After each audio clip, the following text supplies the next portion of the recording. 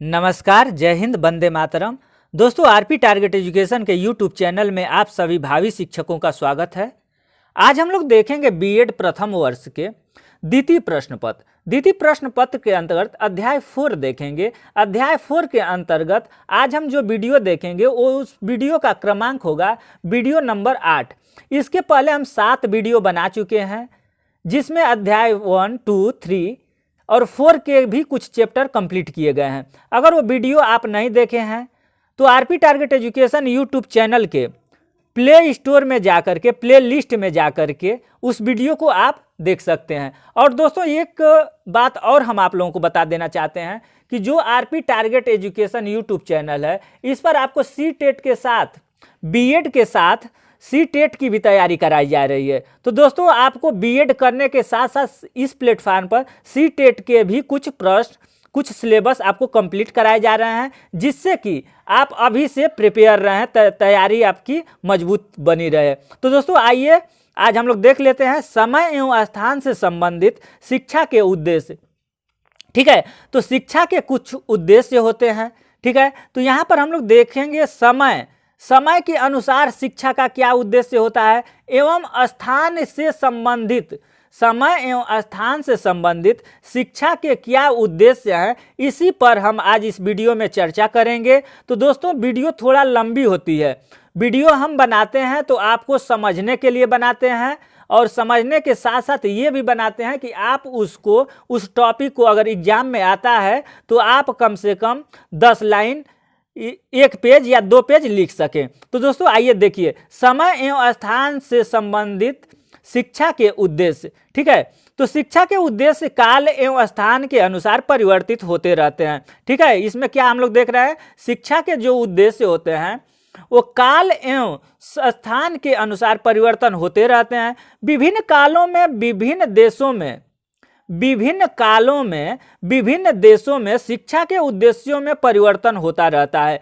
प्राचीन काल में स्पार्टा एक शिक्षा दार्शनिक हैं, शिक्षा से संबंधित शिक्षाविद हैं। स्पार्टा एक शिक्षा संबंधित जो है दार्शनिक, इनके अनुसार है क्या है, स्पार्टा की शिक्षा का उद्देश्य वीर, दृष्ट, हिष्ट पुष्ट, आज्ञाकारी, अनुशासित सिपाही और देशभक्त नागरिक उत्पन्न करना था।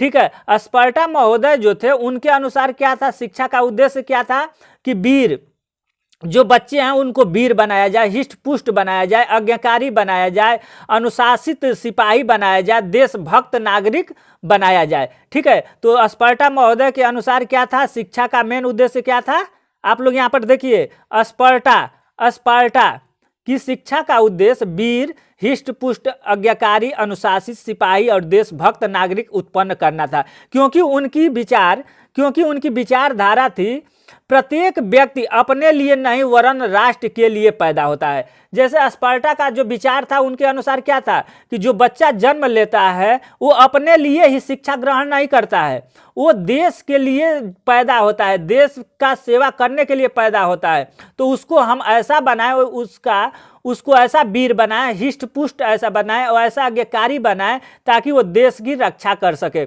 ठीक है, एथेंस ये भी एक शिक्षा शास्त्री है। एथेंस की विचारधारा स्पार्टा से भिन्न थी। जो एथेंस थे, ये जो शिक्षा शास्त्री थे, उनका विचारधारा क्या था, एथेंसवासी व्यक्ति के व्यक्तित्व के पूर्ण विकास को महत्व देते थे। ठीक है, ये क्या कहते थे, जो व्यक्ति है, जो बच्चा है, उसके व्यक्तिगत व्यक्तित्व को, विकास को महत्व देते थे। इसलिए उनकी शिक्षा का उद्देश्य देशवासियों का राजनैतिक, वैदिक, नैतिक और सौंदर्यात्मक विकास करना था। ठीक है, मध्य युग में शिक्षा पर धर्म का अत्यधिक प्रभाव होने के कारण शिक्षा के उद्देश्य धार्मिक थे। यहाँ देखिए, थोड़ा सा समझने वाली ये बात है, यहाँ पर हम लोग बोल रहे हैं ना कि समय एवं स्थान से संबंधित शिक्षा के उद्देश्य, तो समय के अनुसार एवं स्थान के आधार पर शिक्षा का उद्देश्य कैसे बदलता था। तो जो मध्य युग था, मध्य युग में क्या था, धर्म का अत्यधिक प्रभाव था। ठीक है, जो मध्यकालीन था उसमें धर्म का प्रभाव ज्यादा था, इसी कारण से जो शिक्षा का उद्देश्य जो था वो धार्मिक था। नेक्स्ट देखिए, भारत में भी काल के संदर्भ में शिक्षा के उद्देश्य परिवर्तित होते रहे हैं। अलग अलग समय में शिक्षा के भिन्न भिन्न उद्देश्य रहे जो निम्न है।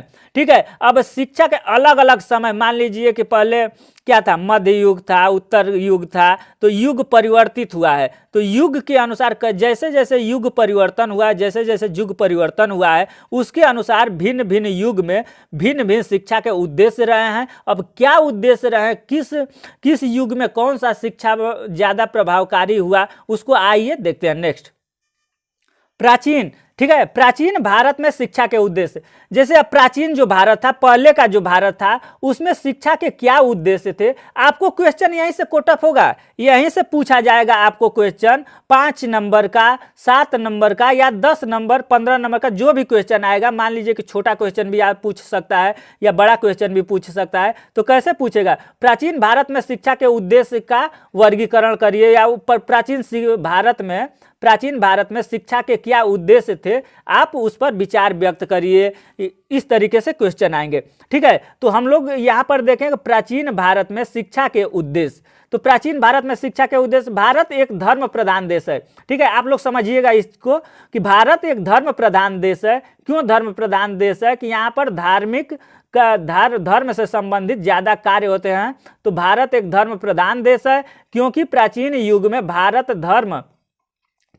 धर्म प्रधान देश था। उस युग में जीवन के प्रत्येक क्षेत्र में धर्म की गहरी छाप थी। यहाँ तक कि जन्म, विवाह तथा मृत्यु आदि संस्कारों को धार्मिक कृतियों के साथ आधार पर ही किया जाता था। जैसे जो भारत था, भारत जो अपना देश है, इसमें प्राचीन युग जो था, उसमें क्या था, जैसे हर एक शादी, विवाह, उपनयन संस्कार, या जो भी जनेऊ संस्कार, इस तरीके से बहुत सारे संस्कार होते हैं। तो जो संस्कार होते हैं, उस संस्कार को मान्यता प्राप्त थी और उसी संस्कार को माना जाता था, धर्म को माना जाता था। ठीक है, तो उस धर्म में, उस युग में क्या था, धर्म तथा शिक्षा के इस घनिष्ठ संबंध को ध्यान में रखकर उस काल में शिक्षा के उद्देश्य भी वैदिक कालीन शिक्षा के प्रमुख उद्देश्य निम्नलिखित हैं। ठीक है, तो देखिए यहाँ ईश्वर भक्ति तथा धार्मिक भावना, पहला क्या था, ईश्वर भक्ति तथा धार्मिक भावना। जो प्राचीन भारत में शिक्षा था, उसका मेन उद्देश्य ये था कि ईश्वर में लोग भक्ति तथा धार्मिक भावना को मानते थे। लोगों के अंदर ईश्वर को मानने और भक्ति करने की क्षमता थी, वो उसी को मानते थे। पवित्रता तथा जीवन की सद्भावना। ठीक है, नेक्स्ट देख लीजिए, प्राचीन भारत में जो शिक्षा के उद्देश्य थे, उसमें तीसरा पॉइंट है बुद्धि का परिष्कार एवं बौद्धिक विकास। चौथा है आपका विद्या और बुद्धि का समन्वय।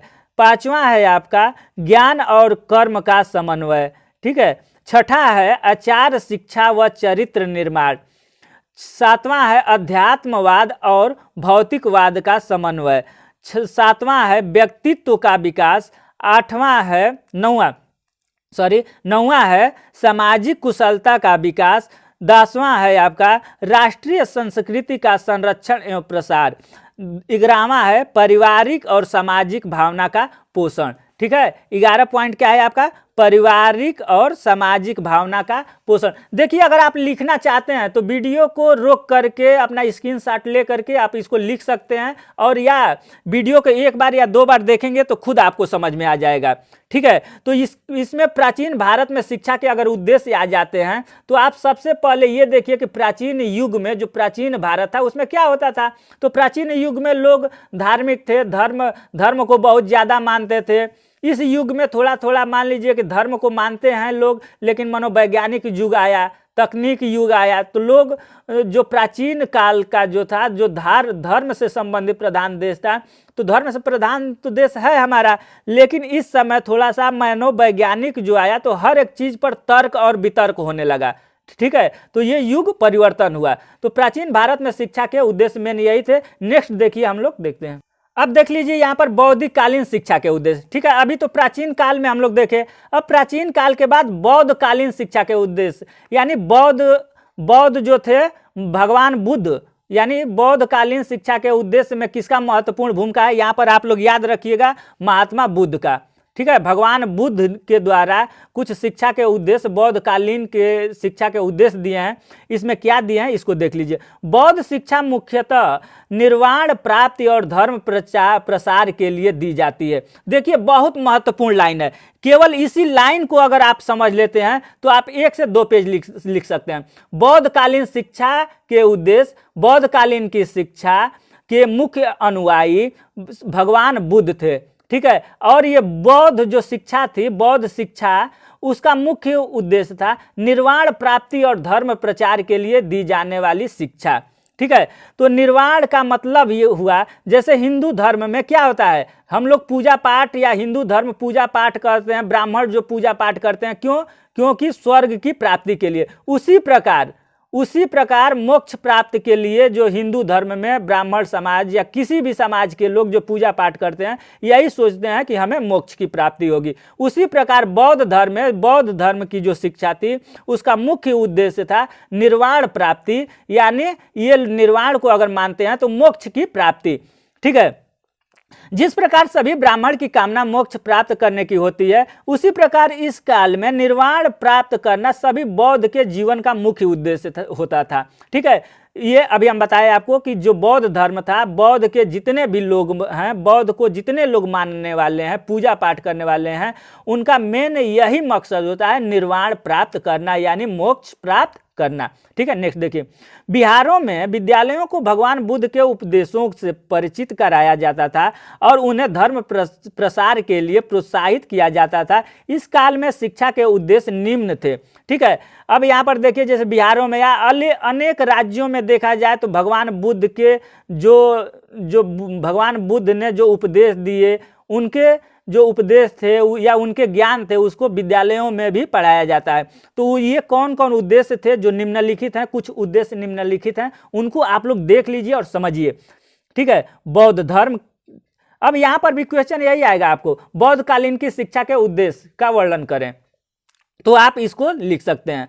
इसमें क्या क्या था? ज्ञान का विकास, ठीक है, ये ज्ञान का विकास, ये तो हर एक, जैसे बौद्ध कालीन शिक्षा हुआ या उद्देश्य हुआ, मध्यकालीन मुस्लिम शिक्षा के उद्देश्य हुए, या प्राचीन काल में जो शिक्षा दी जाती थी उसका मेन उद्देश्य क्या था? ज्ञान का विकास करना। ये पॉइंट तो आप हर एक में लिख सकते हैं। सामाजिक आचरण की शिक्षा, ये भी आप हर एक पॉइंट में लिख सकते हैं। फिर से चरित्र निर्माण, चरित्र का निर्माण करना, जो बौद्धकालीन शिक्षा था उसका मेन उद्देश्य था कि लोगों का चरित्र निर्माण, अच्छे चरित्र का निर्माण हम लोग करें। मानव संस्कृति का संरक्षण एवं विकास, कला कौशल एवं व्यवसायों की शिक्षा, बौद्ध धर्म की शिक्षा, ठीक है। दोस्तों अगर वीडियो अच्छी लग रही है, ठीक है, अगर दोस्तों वीडियो अगर अच्छी लग रही हो तो वीडियो को लाइक करें, शेयर करें, और चैनल पर अगर पहली बार हैं तो प्लीज़ मेरी मेहनत के लिए, जो हम मेहनत करते हैं, लिखते हैं, उसके लिए आप चैनल को सब्सक्राइब जरूर करें। आइए तीसरा नंबर पर देख लेते हैं, मध्यकालीन यानी मुस्लिम शिक्षा के उद्देश्य। मुस्लिम शिक्षा के उद्देश्य यानी अब मध्यकालीन में क्या था? मुस्लिम शिक्षा, मुस्लिम राज्य आता है, ठीक है, मध्यकालीन में। तो उस समय शिक्षा के क्या उद्देश्य थे, इसको हम लोग समझ लेते हैं। इस्लाम धर्म का प्रसार करना देख लीजिए, मध्यकालीन मुस्लिम शिक्षा के क्या क्या उद्देश्य थे। पेपर में यही पूछेगा कि मध्यकालीन मुस्लिम शिक्षा के क्या उद्देश्य थे, तो आप इसको क्या लिखिएगा, क्या क्या शिक्षा के उद्देश्य थे। तो यहाँ पर सबसे पहला उद्देश्य यह है इस्लाम धर्म का प्रसार करना। दूसरा है इस्लामी राज्य का विस्तार करना, ठीक है। तीसरा है शरीय इस्लामी संस्कृति तथा कानून का प्रसार करना। चौथा है चरित्र का निर्माण करना। पांचवा है आपका भौतिक सुखों व सांसारिक ऐश्वर्य की प्राप्ति, ठीक है, आपका F यानी हो गया। नेक्स्ट मुसलमानों में शिक्षा का प्रसार करना। नेक्स्ट कला कौशल एवं व्यवसायों की शिक्षा। नेक्स्ट चरित्र निर्माण करना। नेक्स्ट धार्मिक नैतिकता का विकास करना, ठीक है। नेक्स्ट अब देखेंगे मुस्लिम काल था, मध्यकालीन वर्ग था, उसमें शिक्षा के क्या उद्देश्य थे। अब देखिए मुस्लिम काल के बाद ब्रिटिश कालीन शिक्षा के उद्देश्य, जब ब्रिटिश अंग्रेज आए थे उस समय के शिक्षा के क्या उद्देश्य थे, इसको अब हम लोग समझते हैं। हमारे देश में लगभग 150 वर्षों तक अंग्रेजों ने राज्य किया, ठीक है, 150 वर्षों तक अंग्रेजों ने राज्य किया और भारत को गुलाम बनाकर रखा था।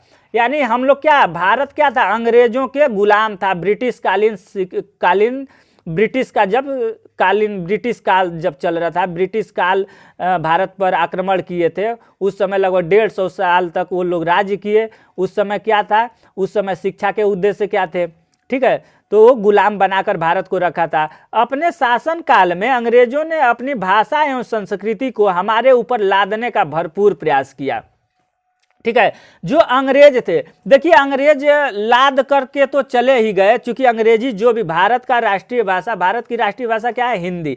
लेकिन क्या है, अंग्रेजी भी हमें, जिसको अंग्रेजी आती है, लोग कहते हैं कि वो बहुत अच्छा लड़का है, या उसको अंग्रेजी आती है, यानी उसको ये लगता है कि अंग्रेजी आती है तो हम बहुत अच्छे हैं या बहुत हम तेज हैं।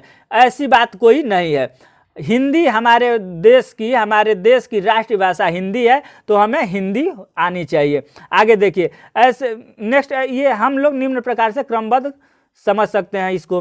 ब्रिटिश कालीन शिक्षा के मुख्य कुछ उद्देश्य हैं। ब्रिटिश साम्राज्य को संगठित करना, ठीक है, उन लोगों का शिक्षा का उद्देश्य था कि ब्रिटिश जो साम्राज्य था उसको संगठित करना, उन लोगों के शिक्षा के अंतर्गत ये रखा जाता था। ऐसे भारतीयों का निर्माण करना जो रंग रूप में भारतीय हों, परंतु वेशभूषा, बातचीत, चिंतन तथा विचारों में अंग्रेज हों। यहाँ पर आप लोग समझिएगा अंग्रेज की नीति क्या थी, अंग्रेजी जो शिक्षा थी उसके उद्देश्य क्या थे। वो लोग ये सोचते थे कि भारत के लोग रहे, भारत का रंग रूप सब कुछ रहे, ठीक है, लेकिन जो उन लोगों का वेशभूषा है अंग्रेजी हो, बातचीत करने का जो तरीका है, जो विचार है, वो क्या है, अंग्रेजी हो। उन लोगों के शिक्षा का ये उद्देश्य था। नेक्स्ट देख लीजिए, यूरोपीय साहित्य तथा विज्ञान का प्रसार करना, ठीक है। नेक्स्ट देखिए, अंग्रेजी भाषा और साहित्य का प्रसार करना, पाश्चात्य ज्ञान विज्ञान से परिचित कराना, भौतिक उन्नति कराना, राज्य सेवा के लिए सुयोग्य कर्मचारी तैयार करना। देखिए एक बार इसके पहले हम जो वीडियो बनाए थे ब्रिटिश कालीन शिक्षा, ठीक है, उसमें यह दिया गया था कि जब अंग्रेज राज्य करने आए थे भारत में, ठीक है, यहाँ थोड़ा सा समझ लीजिए, जब भारत में अंग्रेज राज्य करने आए, यहाँ पर जब अंग्रेज यानी भारत को अपना गुलाम बना लिए, तो जब यहाँ पर अपना राज्य शुरू किए तो वो उनको कर्मचारियों की जरूरत पड़ी। जब कर्मचारी की जरूरत पड़ी तो उन्होंने शिक्षा के माध्यम से सोचा कि हम लोग इन लोगों को अब शिक्षा दें ताकि अपना विस्तार करें, क्योंकि इन लोगों को अगर देखा जाए कोई भी काम करने के लिए तो जो व्यक्ति थे, जो जन थे, जो आदमी थे, उनकी ज़रूरत पड़ना शुरू हो गई। इसलिए कि अगर व्यक्ति कोई नहीं रहेगा तो ये मान लीजिए कोई फैक्ट्री डालते हैं या कोई भी काम अगर शुरू करते हैं तो उसमें व्यक्ति आदमी की ज़रूरत जरूर पड़ेगी। अगर आदमी नहीं रहेंगे तो वो अपना कार्य अवधि विस्तार नहीं कर पाएंगे, जो कार्य करते हैं उसका विस्तारण कैसे होगा। तो उन्होंने आदमी को तैयार कर रहा है, भारत के जो लोग थे उनको पढ़ा करके अपना तैयार करना शुरू कर दिए। तो यहाँ पर यही है कि राज्य सेवा के लिए, ठीक है, राज्य सेवा के लिए सुयोग्य कर्मचारी तैयार करना। उन्होंने अपने तरीका से शिक्षा दिया और लोगों को तैयार करना शुरू कर दिया। तो ये ब्रिटिश कालीन शिक्षा के मेन उद्देश्य है कि अपना राज्य सेवा विस्तार के लिए, अपने राज्य को और विस्तृत करने के लिए लोगों को अच्छी शिक्षा देना शुरू किया ताकि उनका जो राज्य था, राज्य में विस्तार हो सके। नेक्स्ट देख लिए, मानसिक विकास करना और बौद्धिक स्तर को ऊंचा उठाना, ठीक है। जो ब्रिटिश कालीन शिक्षा का एक और उद्देश्य था उसमें यह था कि मानसिक विकास करना, जो लोग थे उनका मानसिक विकास करके उनसे अपना काम कराया जाए और बौद्धिक स्तर को ऊंचा उठाना, ठीक है दोस्तों। तो नेक्स्ट वीडियो हम लोग देखेंगे इसी से संबंधित, ठीक है। ब्रिटिश कालीन शिक्षा के उद्देश्य हम लोगों ने देख लिया। अब इसमें देखेंगे कि जब ब्रिटिश चले गए, भारत स्वतंत्र हो गया, तो जब भारत स्वतंत्र हो गया तो उस समय जो शिक्षा हुआ तो शिक्षा के उद्देश्य क्या थे। यहाँ पर क्वेश्चन आपको यही पूछा जाएगा कि स्वतंत्र भारत में शिक्षा के उद्देश्य का वर्णन करें। तो स्वतंत्र भारत में शिक्षा के उद्देश्य के अंतर्गत हम लोग देखेंगे विश्वविद्यालय शिक्षा आयोग द्वारा निर्धारित शिक्षा के उद्देश्य, दूसरा देखेंगे माध्यमिक शिक्षा आयोग द्वारा दिए गए शिक्षा के उद्देश्य। तो दोस्तों वीडियो पर बने रहें, क्योंकि इस चैनल पर अगर आप बीएड कर रहे हैं तो पूरी फुल तैयारी कराई जाएगी। पूरा हर एक सब्जेक्ट 1 2 3 4 जो आपके 4 सब्जेक्ट है, चारों सब्जेक्ट की तैयारी चल रही है। इसके साथ प्रैक्टिकल की तैयारी, पेपर कब से होगा इससे संबंधित न्यूज, ये सारे न्यूज आपको इस चैनल पर मिलते रहेंगे। तो दोस्तों अगर इस चैनल पर आप पहली बार विजिट कर रहे हैं तो चैनल को सब्सक्राइब जरूर कर लें तथा बेल आइकन को दबा लें। धन्यवाद।